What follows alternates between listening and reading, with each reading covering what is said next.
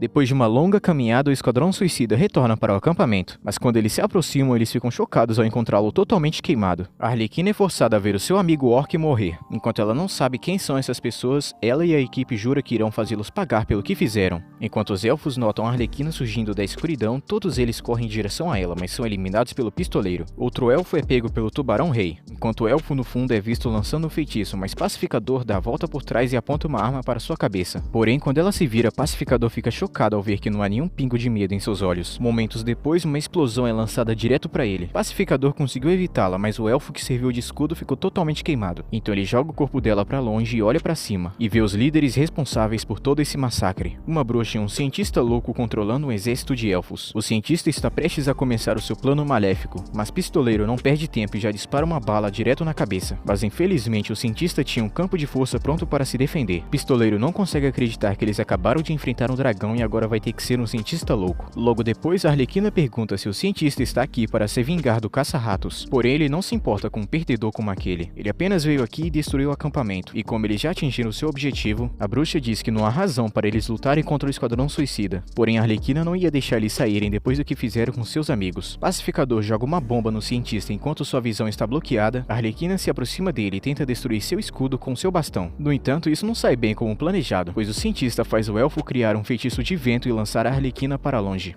Ele não tem ideia de por que ela pensou que atravessaria o escudo quando as balas de pistoleiro não conseguiram, mas ele esperava isso de pessoas inferiores. Ele está tão à frente deles que já previu que o cara de barro tentaria atacá-lo furtivamente, então ele ordena que os elfos bloqueiem o ataque dele. O cientista orgulhoso afirma que seu exército é muito superior ao Esquadrão Suicida, porque todos os seus elfos recebem ordens de um link direto para o seu cérebro. O Tubarão Rei começa a correr para atacar, então o cientista ordena que os elfos usem seu feitiço de vento nele, lançando rajadas de ar da Força Furacão no Tubarão Rei. Porém, graças à sua resistência absurda, o Tubarão Rei é forte o suficiente para não ser explodido. Então a bruxa se aproxima para detê-lo com seu escudo, mas seus dentes são tão afiados que ele quase morde ela direto. Então, para se salvar, ela voa com seu escudo enquanto o Tubarão Rei ainda está pendurado. A Arlequina quer ajudar, mas ela está ocupada com os elfos. Então nessa, o Tubarão Rei está sozinho. A bruxa destrói sua barreira e faz o Tubarão Rei cair na água. E assim que ele tem a chance de se recuperar debaixo d'água, ele é atacado por um crocodilo e um monstro marinho. O crocodilo é um pouco mais rápido do que ele, então o tubarão que está apanhando aqui. Mas ele consegue agarrar o crocodilo e prendê-lo a uma parede. No entanto, antes que ele pudesse dar o golpe final, o monstro marinho se levanta novamente e o crocodilo segura o Tubarão Rei, para que o monstro marinho consiga acertá-lo com precisão. Enquanto isso, na superfície, a Arlequina está fazendo o possível para eliminar o máximo de soldados elfos possíveis. Enquanto os elfos se alinham para disparar seu feitiço de furacão novamente, Pistoleiro atira na cabeça de todos antes que eles tenham a chance. Só que tem muitos elfos para eles enfrentarem. E para piorar, os elfos não são a única coisa que eles precisam se preocupar, pois o cabeça de ovo aqui tem um truque na manga. Ele usa os cristais para enviar todos para os seus piores pesadelos. Pistoleiro é mantido sob a mira de uma arma por sua própria filha, e Pacificador é preso em uma cidade em ruínas onde ele falhou em salvar. Os três estão fora de combate e na realidade o cabeça de ovo está gostando do sofrimento deles, mas a bruxa só quer que ele acabe logo com isso. Então ele pede que a arma especial seja trazida para ele. Ele então atira em todos os três no peito. A Arlequina não consegue entender o que aconteceu, e a bruxa tem a audácia de dizer a ela para aceitar a derrota e ir embora. Então a Arlequina grita com ela e tenta afundar o crânio da bruxa na base da paulada. A bruxa tenta explicar que não é pessoal e que ela só tem uma aliança temporária com o Império. Ela realmente não quer voltar para a prisão e ela também não gosta do Império. Então ela está apenas usando eles até conseguir o que quer. Ouvir isso deixa a Arlequina ainda mais brava, porque uma coisa é matar os seus amigos, mas é muito pior fazer isso pelo Império quando ela nem sequer gosta deles. Ela ofende a bruxa por pular de um canalha pro outro, e esse é o tipo de pessoa que a Arlequina mais odeia. A essa altura, a bruxa desistiu enquanto tentava convencer a Arlequina a ir embora. Então ela vai com tudo e explode a Arlequina para longe. No momento que a Arlequina acorda, ela vê Rick Flag dizendo à bruxa para recuar. Caso contrário, ele explodirá suas cabeças. Após dizer isso, eles acreditam que isso é um blefe, mas o cabeça de ovo diz que não tem como ele saber se Rick está dizendo a verdade ou não. Então ele pergunta por que Rick não os explodiu assim que eles se separaram. Ou melhor ainda, por que ele não explode eles agora, já que isso eliminaria dois inimigos de uma vez. Mas Rick explica que Amanda ordenou que ele os capturasse vivos, porém ele os explodirá se não tiver escolha. Então eles acreditam na história e concordam em ir embora por enquanto. Com isso, então eles decidem recuar. Rick vai verificar a Arlequina, que estava chorando muito pela morte de seus amigos. Entretanto, uma reviravolta milagrosa acontece. Cara de Barro acorda um momento depois e está perfeitamente ileso. Ele diz que sobreviveu porque a bala parou sozinha, e o mesmo aconteceu com os outros também.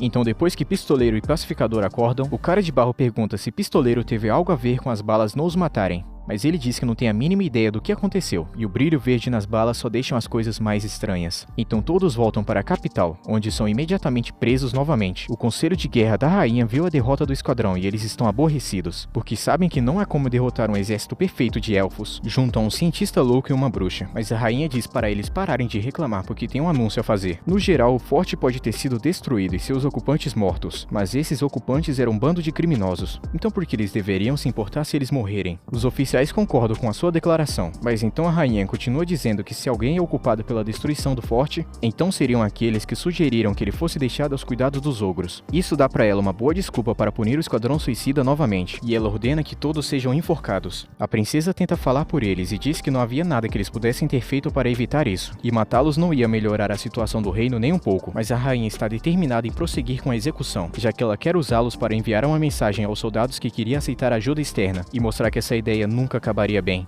Mais tarde, a princesa fala com Cécio sobre a decisão que a rainha tomou, e ele concorda com a princesa Fiona, embora seja verdade que a equipe foi derrotada, e diz que executá-los não vai resolver nenhum problema. Uma vez foi dito que o dever de um membro da realeza é por fim à guerra, mas a rainha está claramente fazendo julgamentos que são causados pela raiva, e eles não têm certeza se podem confiar na rainha para fazer o que é melhor para o reino com suas ações recentes. Cécio pergunta a Fiona quais são seus sentimentos sobre os outros mundos. Ele quer saber por que ela se apegou tanto ao Esquadrão Suicida. Ela realmente não tem uma resposta para ele e diz que só quer acreditar neles. Cécio pode entender os sentimentos dela sobre a equipe, já que ele também se apegou um pouco a eles, então ele sugere que eles façam algo para ajudá-los. Enquanto isso, na prisão, Rick sugere que eles fujam para que possam ir derrotar o Pensador e a Bruxa, já que eles são a razão pela qual esses caras estão à solta. No entanto, o Pistoleiro lembra que a pessoa culpada por toda essa bagunça é o próprio Rick. A equipe atual foi chamada para limpar a bagunça que ele fez. Então, de repente, o dragão de estimação de Arlequina aparece. Então, Cara de Barro sugere que eles deveriam tentar fazê-lo ajudá-los a escapar, mas infelizmente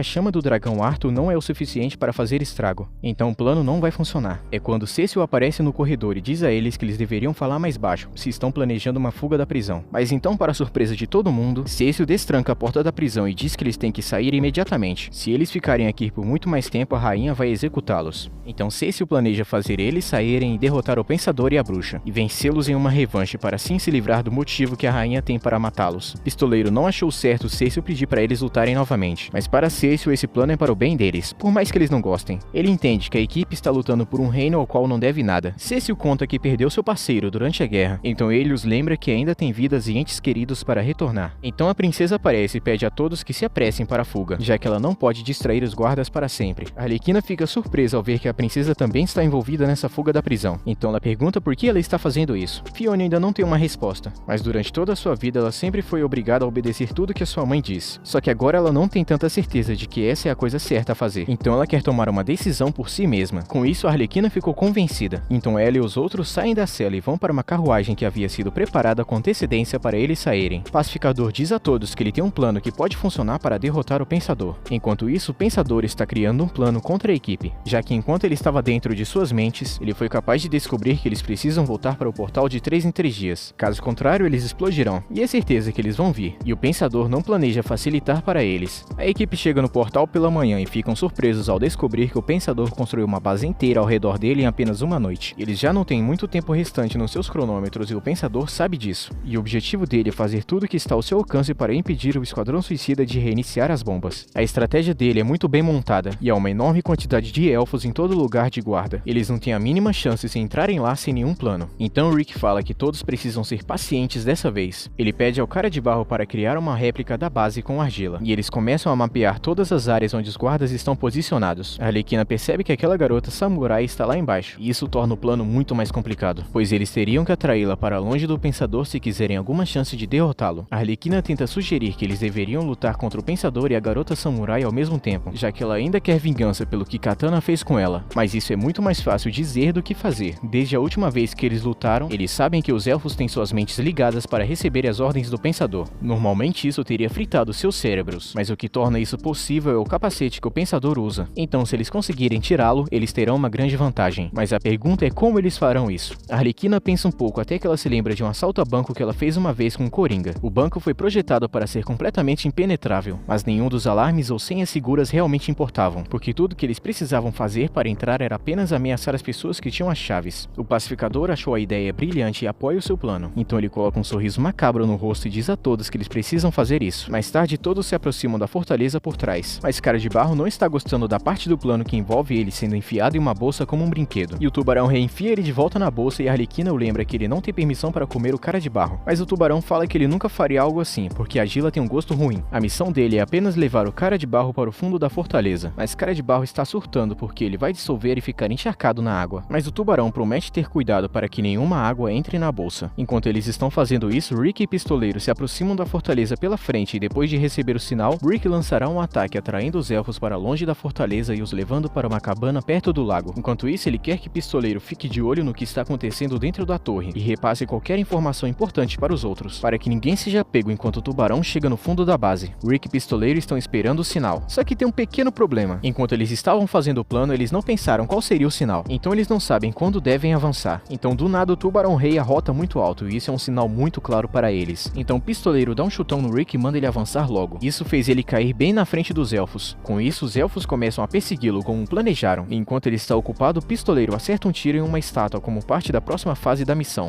Dentro da fortaleza, o Pensador está confiante de que nenhum plano que a equipe possa inventar será capaz de derrubar sua fortaleza a tempo. Ele presume que eles tentarão usar números ou armas pesadas contra ele. Ao mesmo tempo, Cara de Barro está se preparando para a próxima parte do seu plano. Então ele entra furtivamente na base e muda sua aparência para a do Pensador. Mas enquanto ele está caminhando, ele encontra aquela garota espadachim. E já que ela acredita que ele é o verdadeiro Pensador, ele vai ter que colocar suas habilidades de atuação à prova para mantê-la distraída, por tempo suficiente para que o plano funcione. Originalmente o plano era que enquanto o Cara de Barro estivesse distraindo a garota samurai, a Arlequina e o Pacificador iriam aprisionar um dos elfos em uma cabana. Mas para fazer isso, o Pacificador diz que se disfarçaria de elfo, e os outros não achavam que ele conseguiria fazer isso. O Pacificador imediatamente se disfarça e embora possa parecer um elfo na parte do cabelo, não há como nenhum dos elfos pensar que ele é um deles. Então eles trocam os planos e pedem para que o Tubarão Rei pegue o elfo. Ele acorda capturado em uma cabana, com o Pacificador parado na frente dele. O Pacificador sabe que todos os elfos têm suas mentes conectadas como uma única unidade, mas isso também significa que eles compartilham das mesmas sensações. Então o Pacificador planeja fazer uma sensação de dor, torturando ele e fazendo o resto das mentes dos elfos gritarem. Enquanto o Pacificador estava torturando o elfo capturado, ele parecia gostar muito do que estava fazendo. Os elfos estão todos ficando loucos devido à dor compartilhada. Então o Pensador ordena que todos os elfos parem de ficar parados e vão ajudar o que está em apuros. Todos os elfos começam a fazer uma corrida desesperada para a cabana. E tudo isso fazia parte do plano, porque a Arlequina e o Tubarão Rei estão posicionados do lado de fora, prontos para enfrentarem todos eles. Enquanto eles estão lutando, o Pistoleiro dispara uma granada na base. E esse é o sinal para a Arlequina começar a correr. Então ela deixa o Tubarão Rei e o Dragão Arthur para lidarem com os elfos. O Pensador está furioso que os elfos estão perdendo tanto, apesar de estarem contra uma equipe de 6 pessoas. A equipe não usou nenhum exército e nem tentaram usar uma arma mágica, sem falar que eles também não ganharam nenhuma habilidade nova. Então ele se pergunta qual poderia ter sido o plano deles. Enquanto ele estava pensando, a Arlequina aparece na sala para lutar contra ele. Ele agora percebe que eles planejaram pegá-lo sozinho, esperando que ele não fosse capaz de usar seus soldados para se defender, mas ele ainda acha que esse plano estúpido não vai atrapalhar em nada. Então ele pergunta onde está a Katana e a Arlequina responde que ela não será capaz de ajudá-lo agora, já que ela está muito ocupada no momento, então ele vai ter que enfrentar a Arlequina sozinho. Entretanto, enquanto a Arlequina o ataca, o Pensador mostra que ele não está completamente indefeso sozinho, já que seu grande cérebro lhe permite prever os ataques de Arlequina e esquivá-los. E com seu controle sobre a sala, ele é capaz de dar um ataque em Arlequina, deixando ela confusa. Enquanto ela estava em seu estado delirante, ela não faz a mínima ideia do que estava acontecendo. Então quando ela joga seu bastão nele, o Pensador não consegue prever seus pensamentos e é atingido na cabeça. Ele percebe que não será capaz de antecipar seus movimentos quando ela não estiver pensando claramente. Mas mesmo assim, ele ainda acredita que pode vencer facilmente investigando mais profundamente a mente de Arlequina, da mesma forma que fez na luta passada contra os outros. A Arlequina não está com medo e o desafia a fazer isso. Então o Pensador olha direto para os cantos mais obscuros da mente de Arlequina e descobre que no passado a Arlequina costumava ser uma velha psiquiatra no asilo Arkham, mas então um dia ela foi designada para tratar o Coringa e tudo desmoronou a partir daí. O Pensador está realmente começando a se arrepender de ter investigado a mente de Arlequina, pois de alguma forma o tiro acabou saindo pela culatra e fez com que ele experimentasse o pesadelo que criou a Arlequina. Quando ele acorda, ele encontra a Arlequina parada na frente dele e no momento seguinte ele sai voando pela sala com uma porrada da Arlequina. Assim que o Pensador é nocauteado, todos os soldados elfos perdem o poder e param de lutar. Rick e Pistoleiro aparecem logo depois e o Pacificador finalmente sai do galpão com um elfo capturado. E o elfo não parece ter se divertido tanto quanto o Pacificador. Rick fica chocado ao ver tanta crueldade vindo do Pacificador a ponto de mutilar o elfo, mas ele explica que foi muito claro sobre o plano envolver tortura, e diz que o Rick é tão cruel quanto ele por concordar com isso. Mas agora eles precisam se apressar, pois eles não têm muito tempo antes que as bombas explodam. Mas quando eles estão prestes a ir para o portal, eles notam que a fortaleza está começando a desabar, e a Arlequina está correndo para sair antes que tudo desmorone. Mas ao mesmo tempo vemos que o Pensador conseguiu sobreviver. Enquanto ele está se puxando para fora da água, Katana aparece, só que dessa vez ela não está aqui para ajudá-lo. A fortaleza desaba completamente e a Arlequina consegue sair inteira, mas quando ela pensou que as coisas finalmente acabaram, ela se vira e encontra Katana parada lá em cima, segurando a cabeça decepada do Pensador. A Arlequina fica chocada porque pensou que eles estavam do mesmo lado, mas Katana diz a ela que estava apenas usando ele, então ela estava planejando traí-lo desde o início. Mas ela assume que precisa dar os créditos a eles. O plano para o Cara de Barro distraí-la era muito bom, mesmo que ele acabasse perdendo para ela de qualquer forma. Então ela joga o Cara de Barro na água, onde ele começa a se dissolver. Nesse momento, Katana avança para cima da Arlequina. As duas então começam a lutar, mas não demora muito para que a Arlequina seja desarmada como da última vez. Então parece que agora ela está com problemas, mas Cara de Barro recuperou a consciência. Então a Arlequina pede a ele uma ajuda e ele se transforma em uma espada. A Arlequina agarra a espada de argila e agora está armada novamente. Ela luta contra Katana e dessa vez é capaz de se manter firme graças à espada afiada de argila. A Arlequina é até capaz de cortar a arma de Katana ao meio. Em seguida, a Arlequina dá um salto mortal para trás do corpo de Katana e joga a espada de argila para distraí-la, apenas para correr e pegar a espada para atacar novamente. A máscara de Katana é cortada e ela está começando a respeitar a Arlequina como um oponente sério. Mas antes que elas possam continuar a luta, Pistoleiro atira nela e de alguma forma acaba errando o disparo que seria na cabeça. Embora a precisão seja o seu ponto mais forte, isso dá a Katana tempo suficiente para fugir e pular no oceano, onde um monstro marinho estava esperando por ela para ajudar a escapar. O Tubarão-Rei queria persegui-los, mas seria um desperdício de energia. Então os outros também dizem isso a ele. É uma pena que Katana tenha fugido novamente, mas pelo menos nenhum deles explodiu. Com isso, eles chegam ao portal a tempo. Agora tudo o que resta fazer é relatar sua vitória, e para isso eles incendiaram a bandeira do Pensador com a ajuda do dragão mascote da Arlequina, para que o reino saiba que foram eles que derrotaram o Pensador.